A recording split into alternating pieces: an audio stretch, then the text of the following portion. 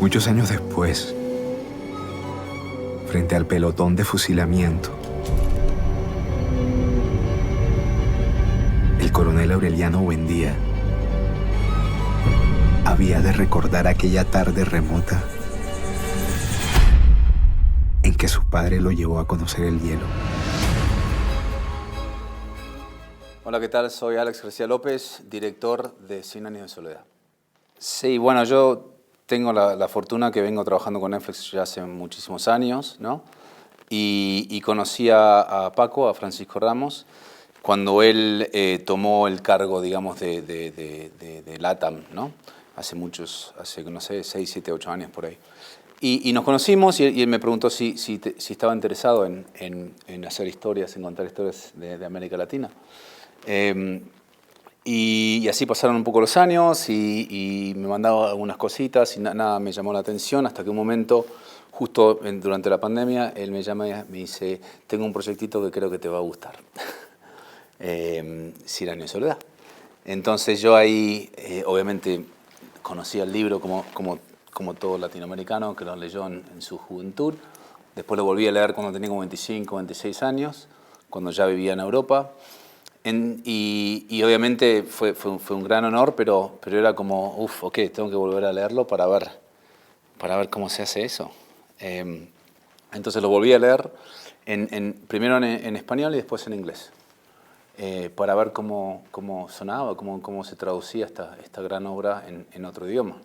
Porque como sabemos es una novela que se tradujo a 50, no sé cuántos idiomas, ¿no? Más de 50 millones de copias vendidas por todo el mundo.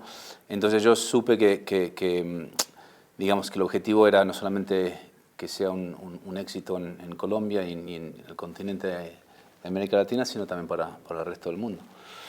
Y nada, ahí fue cuando empezamos a trabajar con Netflix, con Paco. José Rivera en ese momento fue, digamos, el primer escritor que tomó el libro y lo empezó a adaptar. En ese momento Eugenio Caballero empezó a dibujar con su equipo de arte, estaban empezando a hacer todos los diseños. Y luego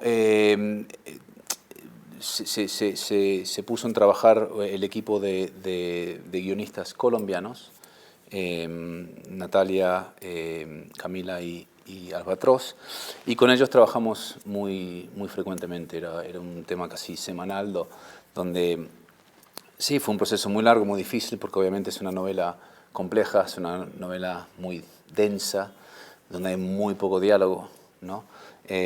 Donde saltan tiempos, donde, como sabemos, introduce un montón de personajes, donde Gabo también de repente en una misma página, en un mismo párrafo, te cuenta la historia de 2 casamientos, un funeral y una guerra civil, sin una coma.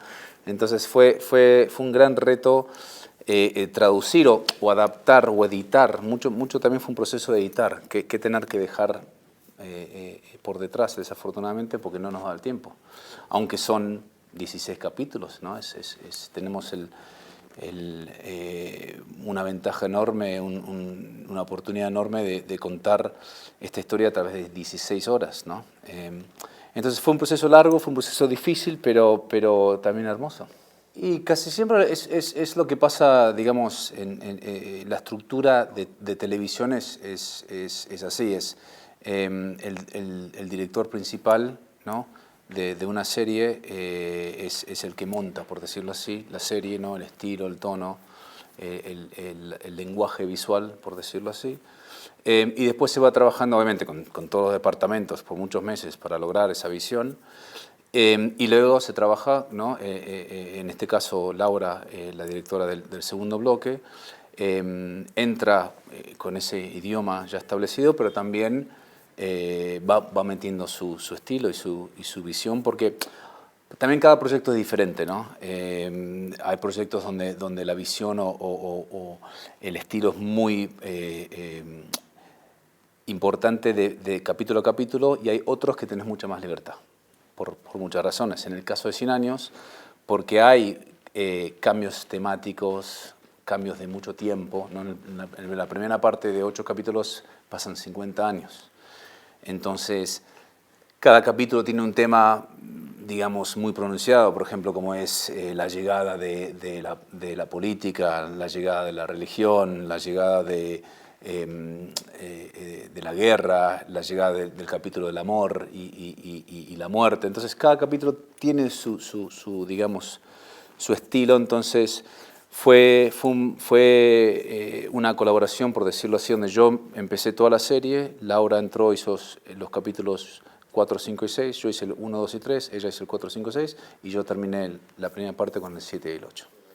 Y yo creo que ya he tenido oportunidades en mi carrera donde adapté trabajos, ¿no? Literarios, como fue The Witcher, o también con Cabo Bebop, que fue de un anime también muy famoso.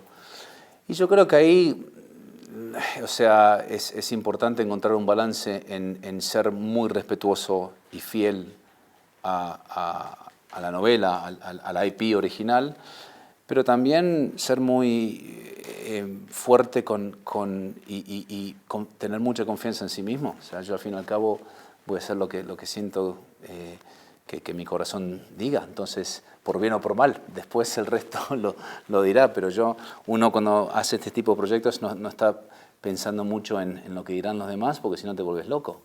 Entonces yo creo que con los escritores, con todos los departamentos, teníamos la Biblia, teníamos a 100 años ahí pegadita, cercanamente, donde siempre, en cualquier duda, en cualquier momento que teníamos alguna pregunta, algo, siempre regresábamos al libro y siempre tratábamos de ser fiel, pero también obviamente es una adaptación, ¿no? El formato literario es muy diferente al formato audiovisual. Entonces, sí, yo creo que obviamente de repente la gente, vos o otra persona se imaginaban a Melquiades de una forma y de repente lo ven ahora y dicen, pero yo me imaginaba diferente, o me imaginaba Macondo diferente, o X o Y, ¿entendés? Entonces, yo cuando monté este proyecto, sabiendo que este iba a ser un peso cultural muy grande, me dije a mí mismo que lo iba a tratar de disfrutar lo más posible, ¿no? O sea, yo creo que estos proyectos te caen del cielo una vez en la vida, entonces me dije a mí mismo, mirá, yo voy a disfrutar y mi objetivo más grande fue siempre encontrar el tono, capturar el tono del libro, porque para mí ahí es cuando, y la razón por qué alguien adapta al trabajo de un escritor o escritora. La estructura va a cambiar, el formato es diferente, los personajes de repente van a tener más peso o menos, o sea, cosas van a cambiar, pero para mí el tono es fundamental y este libro tiene un tono muy, muy particular, muy especial. Es un libro que es absurdo, que es gracioso, que es violento, que captura la cultura caribeña colombiana de una forma única. Es un libro que va a 1000 por hora, es una locomotora que tiene una energía del Caribe tangible, ¿no? Entonces, para mí fue cómo expresar eso visualmente, cómo a través de las cámaras, del uso de las cámaras, el movimiento de las cámaras, el monte de escenas, la música, bueno, todos los departamentos, como se hace en la filmación, capturar para mí lo que era la esencia del libro. Y mira, el realismo mágico, porque obviamente esa es una de las palabras o preguntas que siempre surge. El realismo mágico, aunque entiendo que obviamente se considera como un género, como un estilo, también lo que es, y de donde nació en verdad, es una forma cultural, de vivir el día cotidiano y de esa forma de contar sus historias de una forma cotidiana. El realismo mágico nace en el Caribe dado a la influencia de unas culturas como la indígena. Esa zona de Colombia tiene una influencia indígena muy fuerte. Los Guayú es una tribu muy fuerte, hay muchas tribus, pero la Guayú siendo una de las más fuertes. Gabriel García Márquez tenía, cuando él se crió en la casa de sus abuelos, había 3 empleados Guayú. Entonces tenés la influencia Guayú que tiene unas creencias, unas ideologías espirituales muy fuertes, creencias en espíritus, en la muerte, ¿no? Después tenés la influencia africana, dado a la esclavitud, que traen sus ideologías y sus creencias muy espirituales. Y después la española, ¿no? A través de la religión, que también se agarrase ejemplos de la Biblia, como que Jesús muere y a los 3 días resucita como Melquiades, también uno podría decir es realismo mágico, ¿no? Entonces, todas esas creencias hace que la gente de esa zona no lo ve como un género o como un estilo, sino lo ve una forma de contar sus vidas, de vivir el día a día. Ellos creen que de repente te despertás en medio de la noche y viste el espíritu de tu abuela caminando por la casa, que se hizo un café y por eso esa mañana huele a café la casa cuando nadie lo hizo. Entonces es algo que ellos lo sienten mucho en su forma de ser, en su forma de vivir. Entonces para mí era muy importante capturar esa, digamos, vida cotidiana muy simple.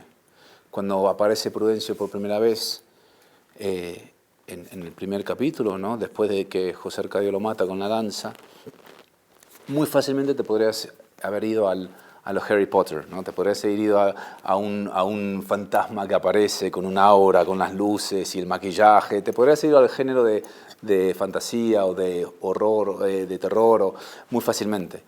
Y lo que pasa que para mí, lo que es bonito del libro es aparece un fantasma no para aterrorizarlos, no para darles daño, sino de una forma melancólica. Él está triste, los extraña a sus amigos.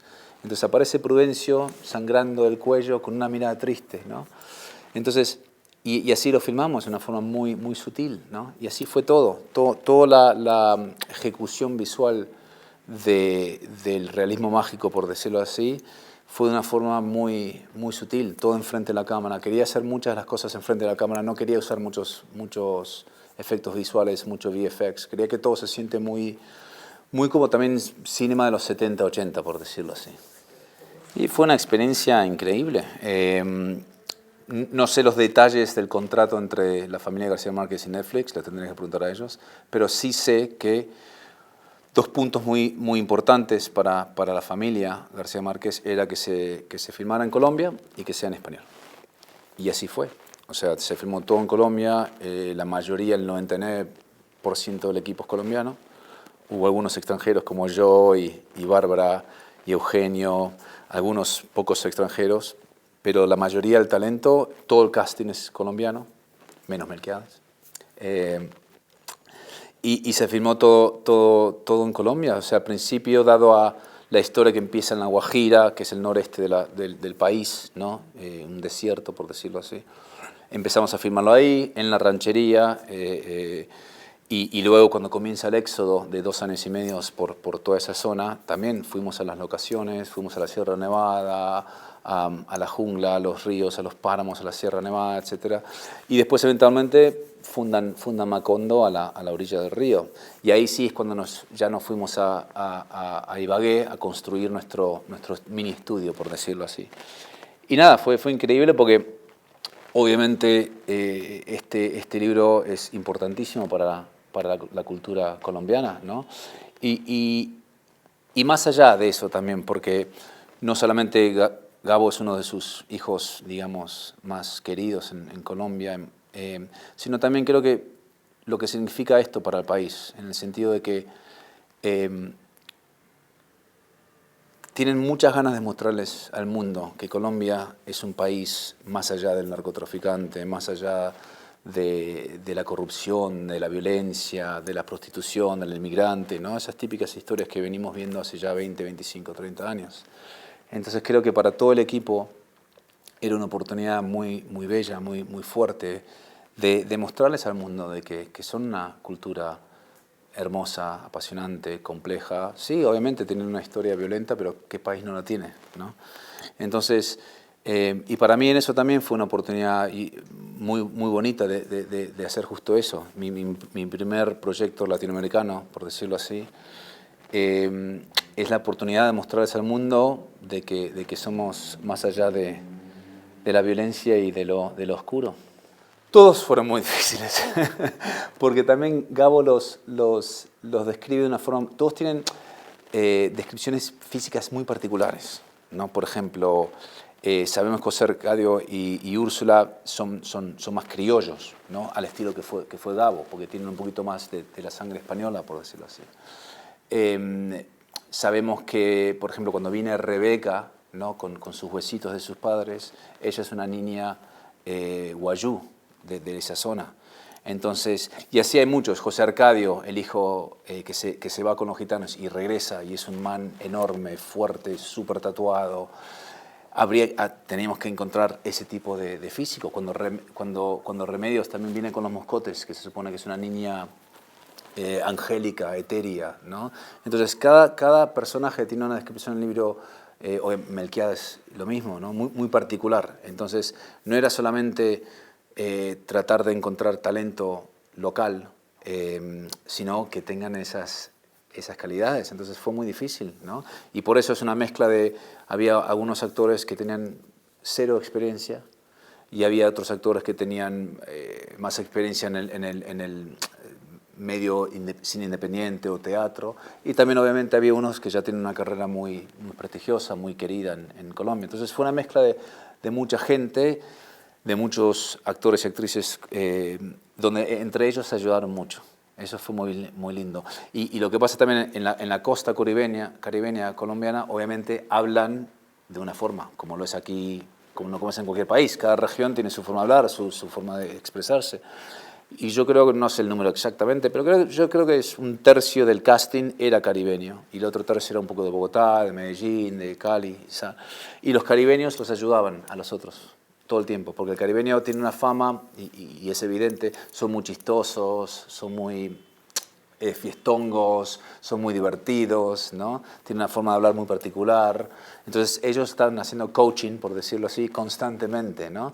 Entonces todo el día siempre teníamos música caribeña, la comida, bueno, obviamente hacía 40 grados todos los días, así que eso también ayuda, para tratar de capturar esa identidad caribeña que es tan importante para el libro.